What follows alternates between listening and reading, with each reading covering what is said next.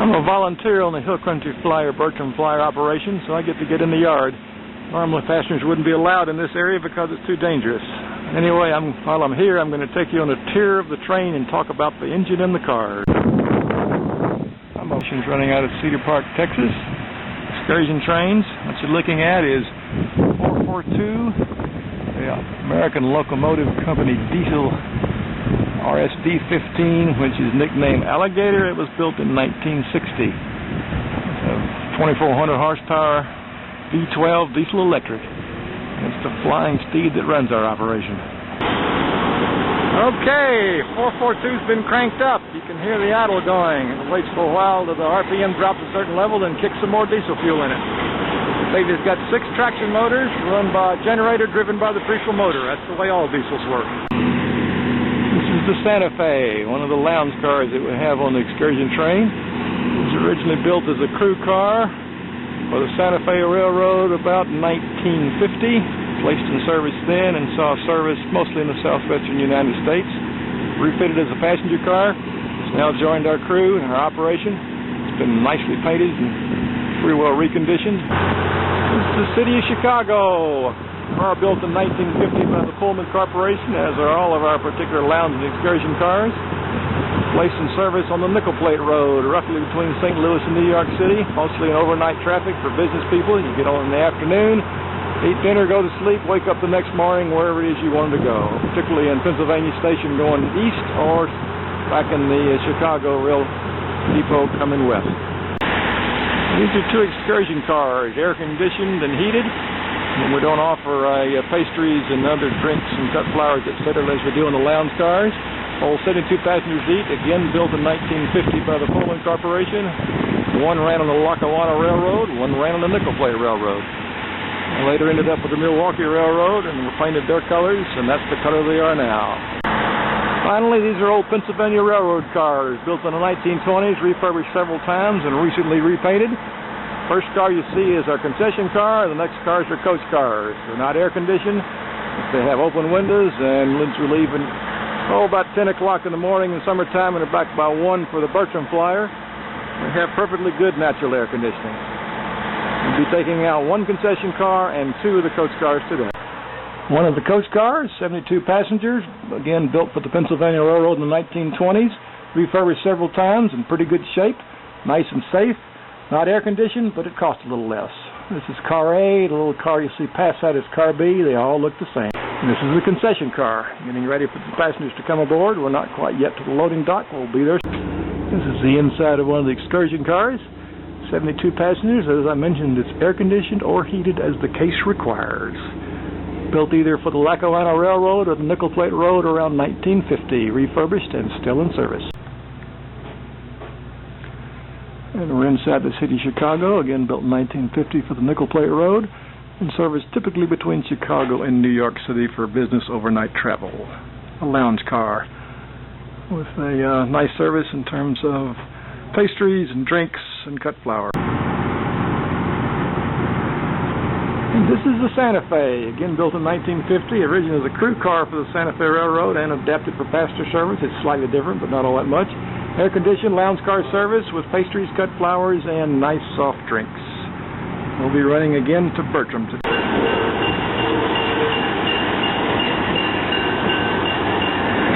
Moving to the dock to load passengers. Loading dock area to the left. Almost there. Okay, we've got some passengers coming on. Loading up the lounge and excursion cars. There's an old wigwag. Can't use them anymore out on the road. They're not standard, but it still works okay in our operation.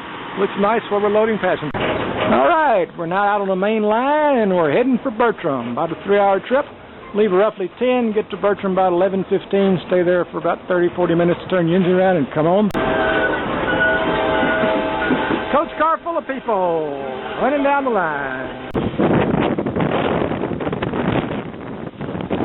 Start to the canyon area.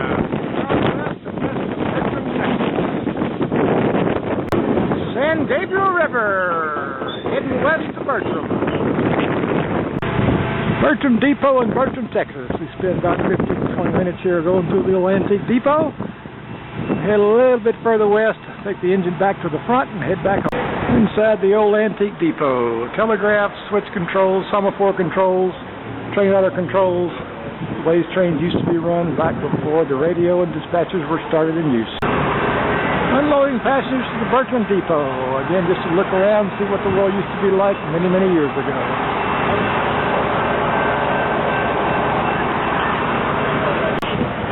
Passengers around the depot. Pretty soon they'll start loading up and head a little further west to do the engine run around. Moving 442 to the main line to bring it back around and put it in the rear.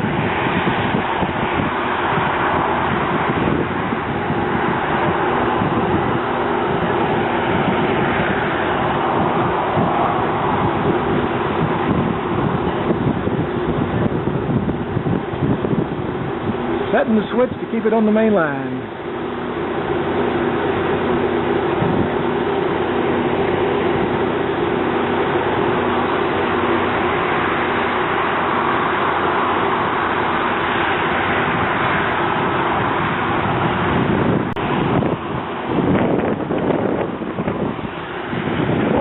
Coming on by.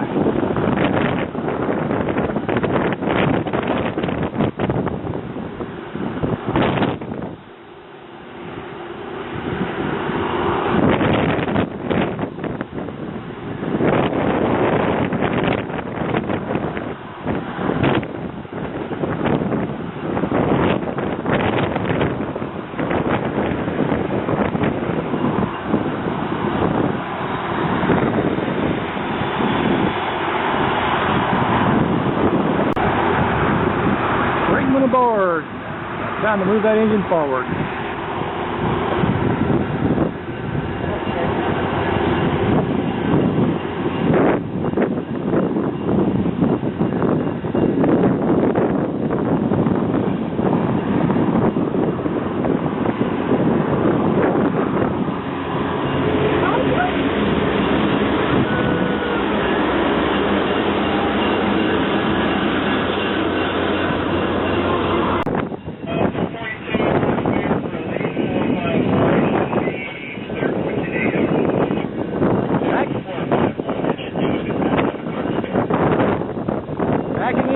Unloading. We've positioned the same way we were this morning with the engine behind us. It'll decouple, run around the Y, back up to the front, pick it up, and back us in to put the train to bed. Bertram Flyer is now